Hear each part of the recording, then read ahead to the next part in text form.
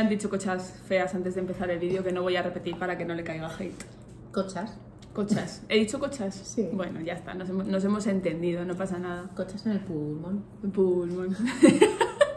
Oye, estoy muy orgullosa de mi tartamudez, no pasa nada. O sea, además, lo bueno se repite. No te trancas nada. ¿Ya no te dicen nada? Pues ya no te trancas. Se me importa. Bueno, hoy nada. cortita y al pie me han dicho, así que Por vamos favor, a empezar. o sea, la semana ha sido muy larga. Ya, pues está guay. Bueno, vamos a hablar de la patología de la espalda. Entonces, bueno, me he apuntado algunas cosas que es lo que vemos frecuentemente aquí. Nosotros no vemos politrauma ni... Bueno, ahora tengo un paciente que tiene una herida... Tiene una paraplegia por una herida por arma de fuego. Ah, sí, claro.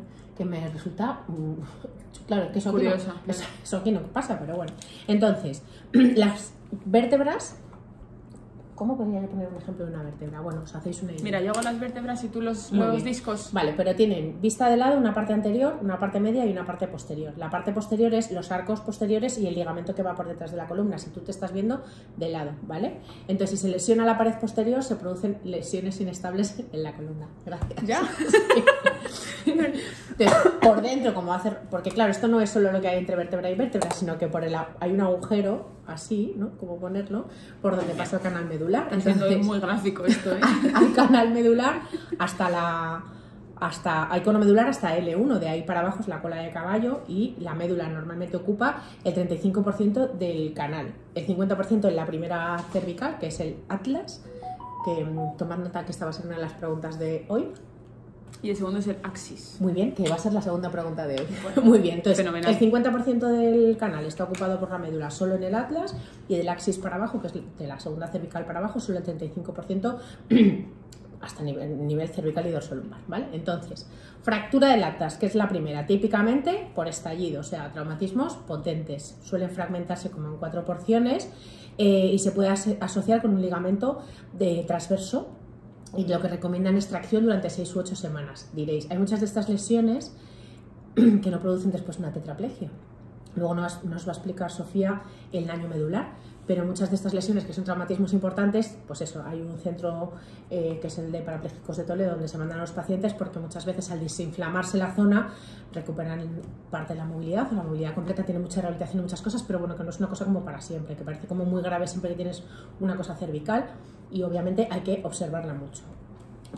Atlas es una cosa como redonda como una C y el axis es como si encajara justo así. Con un dientecito. Con un diente, que es la odontoides, como un diente. Entonces puede haber una fractura de odontoides solo de lo que es la punta del piquito, de lo que es todo el piquito, o que incluya el cuerpo de la odontoides. Puede haber una alteración del ligamento transversal, que es típicamente en personas más mayores, como por encima de los 50 años. Y se ve en la radiografía una distancia entre el atlas y la odontoides de más de 5 milímetros.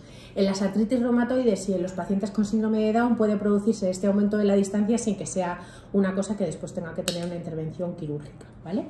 Y después de la lesión de C2 es típicamente la del ahorcado. No voy a entrar a explicar cómo es ese tipo de fractura, ¿vale? En fin, de C3 a C7...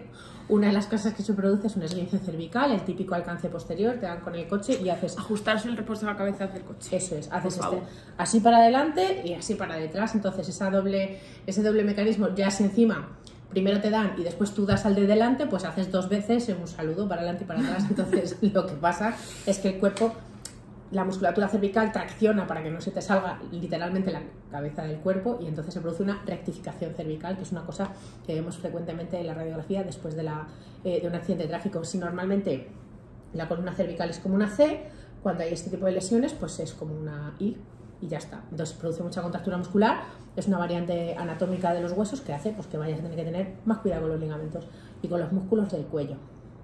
De la parte dorsolumbar, el 50% de las fracturas son de D12, que es la última dorsal, o de L1, que es la primera lumbar. La mayoría de las veces se hace observación y ya está, pero tienes que vigilar que no haya un ileo paralítico, es decir, que no haya una afectación nerviosa que produzca una alteración de la movilidad del tracto digestivo. Entonces, pues miras un poco y si no pasa nada, pues no pasa nada. Y una de las cosas que pasa frecuentemente, que es lo que más vemos, son los acuñamientos, que es una pérdida de altura en la parte anterior de la vértebra.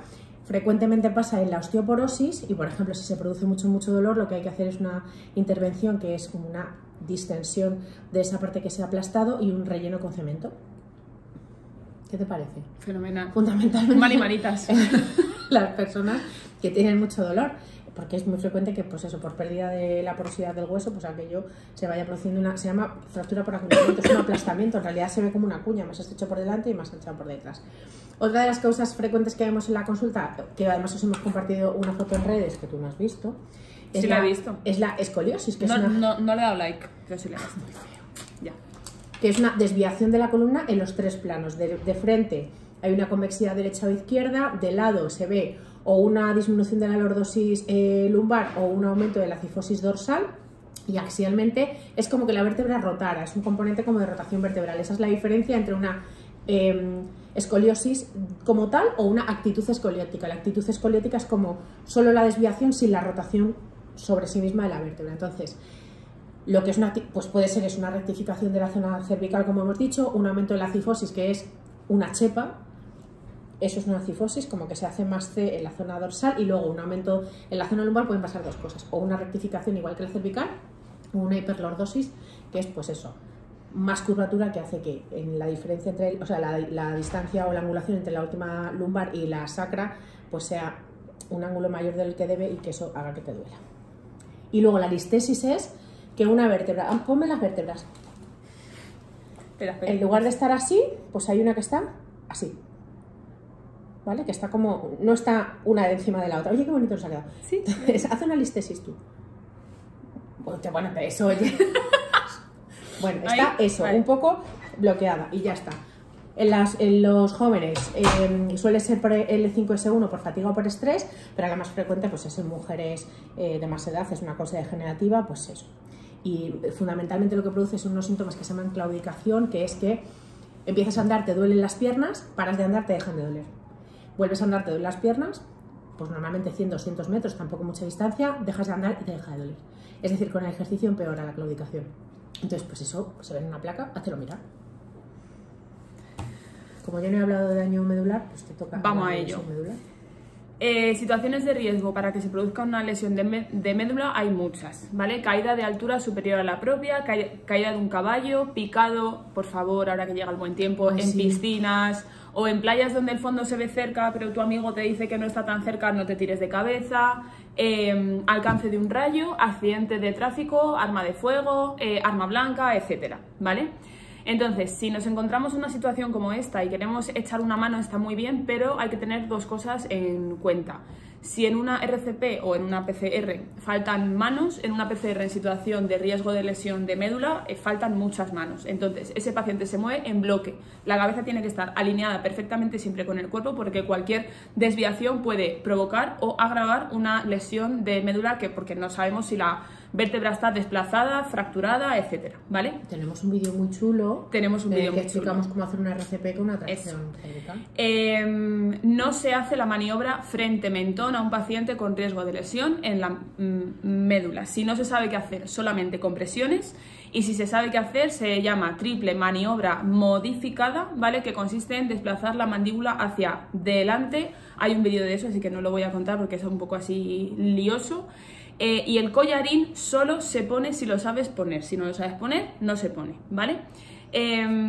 Cuando hay una situación de este tipo, la persona que se encarga de la cabeza se queda con la cabeza, ¿vale? Bueno, no en la mano, quiero Se decir queda que se en la encarga. cabeza. Claro, joder, perdón.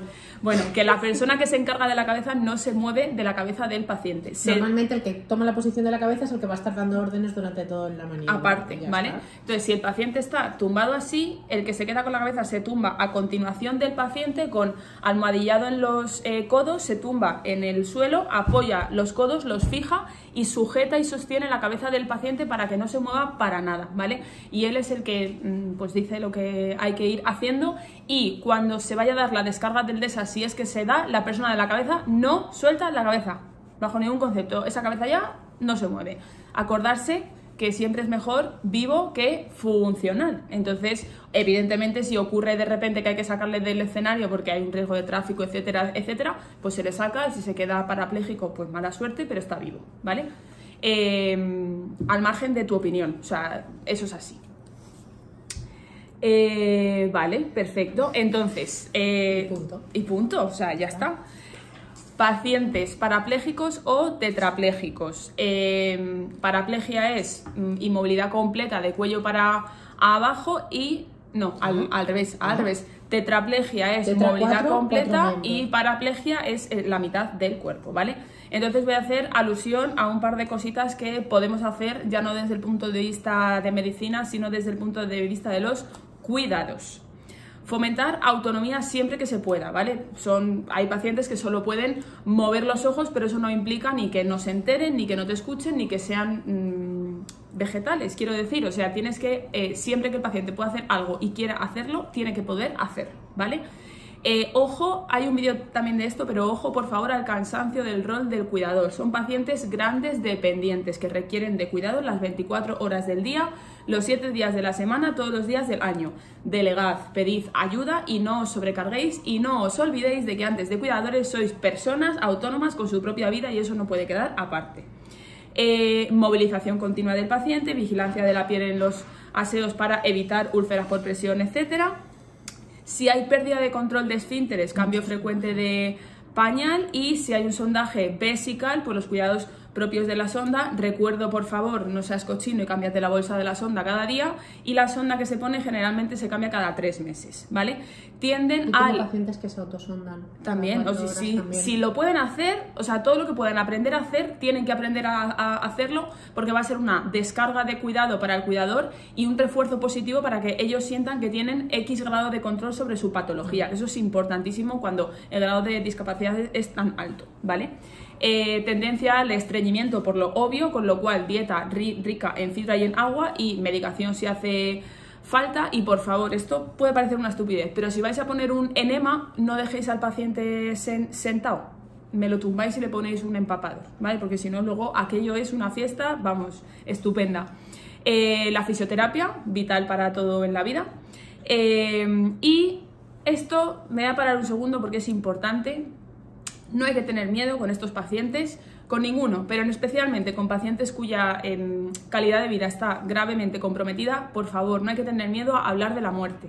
No te digo que le vayas a decir, oye, ¿has pensado en...? ¿Sabes? No, pero si el paciente saca el tema, hay que escucharle, hay que preguntarle, hay que saber qué deseo tiene, cómo se ve. Hay que hablar abiertamente y sin tabú de la muerte. Si tú no puedes, que hable otro, ¿vale?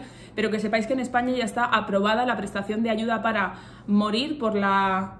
LORE se llama la ley, y entonces es algo que se tiene que poder hablar. No necesariamente si hablas de ello supone que el paciente vaya a querer hacerlo. Una de las maneras, igual que igual que si hablas con tu hijo de ser gay, no significa que tu hijo mañana vaya a ser gay, no funciona así, pero es importante hablar del tema abiertamente y que el paciente nos pueda contar absolutamente todo lo que necesita, ¿vale? Somos pesadísimas con eso, pero hay un sitio que se llama Últimas Voluntades. Entonces, antes de que pase un accidente estas características, pon por escrito un testamentito vital. Eso es lo que quieres que pase. Lo puedes cambiar todas las veces que quieras. Si el año que viene cambias de opinión y han inventado una cosa para no sé cómo, pues te cambias. Pues ya está. Pero no hagáis que la familia tenga que tomar estas decisiones, ¿vale? Porque claro, nosotros somos egoístas y queremos que se quede siempre todo el mundo, y a lo mejor tomamos decisiones que no están acorde con lo que el paciente querría. Entonces, efectivamente. ¿lo dejas por escrito? No, vale, es que yo te dije, no, déjalo por escrito. ¿Tienes dudas? Ven al centro de salud, pregúntale a tu enfermera o a tu médico. No en todos los centros de salud se da esa información, pero vamos, está en la página. No en todos los centros de salud hay personas que no sean objetoras de conciencia. Y que no en todos los centros de salud se puede hacer lo de las últimas voluntades. Hay en algunos centros de salud. Pero yo hablaba de la prestación de ayuda para morir. Vale, no. O sea, en tu centro de salud puedes ir a hacer la propuesta de la prestación de ayuda para morir. Y si en ese centro no hay ninguna persona que... O sea, todo el mundo es objetor, pues buscarán una persona que... Porque es una ley del paciente... O sea, es un derecho del paciente. Sí. Y prima la autonomía del paciente por encima de cualquier cosa. Entonces se buscará un médico que ayude a ese lo paciente. vaya a hacer. Vale. Tiene unos requisitos específicos, tienes que hacer una propuesta, es una ley a las 2 semanas... muy garantista. ¿Podemos hacer un vídeo de la PAM? Sí, porque hemos hecho las cursos las dos. Vale. Últimas 2 cosas. A los 12 años es como la edad mínima, digamos, o límite para ver si un niño tiene alguna desviación de la columna, porque es como el momento idóneo para operar, o antes, claro. Entonces, en la revisión de los 12 prestamos mucha atención a esto y, por favor, si tienes 12 o los que tengas, no te cargues una mochila con piedras a la espalda y, sobre todo, no te la cargues que te llegue hasta la mitad del culo y solo de un hombro por ser guay. No hagas esas cosas porque luego tu espalda lo va a sufrir y lo vas a pasar regular. La mochila tiene 2 asas porque tú tienes 2 hombros y tiene un regulador porque tú mides lo que mides y la mochila va en su sitio, ¿vale? Que Lo mismo hablamos de la Lore por favor, que después que de la que mochila. de la mochila. Por favor, yo tuve que ir al instituto unas semanitas con mochila de ruedas porque mi espalda dijo que hasta luego, no me he muerto y todo para adelante. Entonces, cuídate la espalda y lo digo yo que no subo nunca a la camilla cuando atiendo a mis pacientes, pero cuídate la espalda, por favor, gracias. Ya está. Vamos a Qué por las gusto me queda. preguntas, Venga. señora. ¿Cómo se llama la C1, la primera vértebra cervical? Vale. ¿Y la C2? Es que eres una copieta, ¿eh? ¿Lo has dicho tú? Mételo en la misma pregunta y así no No. gastamos una. Ni Vale. gastamos. Em, Hay la ley de... ¿Cómo se llama? Sí. ¿Cómo se llama la ley que regula la eutanasia? Una precaución que tengas que tener. No, 2 situaciones de riesgo para lesión medular. Dos situaciones que pueden hacer que un paciente tenga lesión medular.